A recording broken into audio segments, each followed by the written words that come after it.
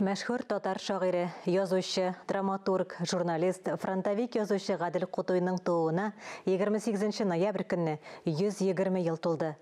Казанның Мөштәри урамында Гадел Кутуй яшәгән йортта аның яңартылган истәлек токтасы ачылды. Чара язучылар берлеге, дәүләт эшлеклеләре һәм Гадел Кутуйның туганнары катнашында узды. Bir гасырдан артык вакыт узса да, аның иҗаты хәзердә актуаль. Әлеге өйдә 1929-1942 елларда яшәгән Гадел Кутуйның мемориаль тактасына тантаналы рәвештә барельеф куелды. Гел яңалык эзләгән, әдәби шигъриятта да, прозада да, драматургиядә да, һәм публицист, тәнкыйтьче, һәм аның основателе көчле оештыручы булган күрәсең, югыйсә аны мәдәният министры вазифасына тәкъдим итү булмаган булыр булчыга. Без инде әгәр дә менә милләтебезне, телебезне саклыйбыз дип сөйләшәбез, әлбәттә аның өчен тырышкан, хезмәт иткән шәхесләребезне барларга истәлекләрен аларның хәтерен яңартырга кирәк.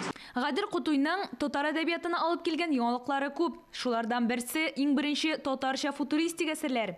Кумиры Владимир Маяковский була. Татар әдәбиятына үзенең исемен алтын хәрефләр белән язган әдип 20 елларда ул йылдыз кебек атылып килеп керә татар шигъриятының күгенә. Хәсән Туфаннар, Хали Такташлар, Кави Нәҗмиләр белән бергә. Канатланып иҗат иткәндә Гадел Кутуйның канатын сындыралар. Дошманнар аңа җидегәннәр төркеменнән дип яла яга. Шагыйрь кире сугышка китеп, туган ягына кире кайта алмый. Суык тиеп, госпитальдә яшьли җан бирә. Без җиргән сукмакларны капламасын үләннәр, яз кайтмаса күз кайтарыбыз. Сез күтүгез, сөйгәннәр. Ул бик күп яшьләргә тапшырылмаган хатлар аша юаныч булды. Ул сагыну кебек нәселләр аша ватанны яратырга өйрәтү димим инде. Аны яратырга өйрәтү булмыйдыр, ләкин ватанга булган мәхәббәтеңне танырга һәм аның зурлыгын аңларга өйрәтте. Мемориаль токтаның авторы сынчы Рөстәм Габбасов.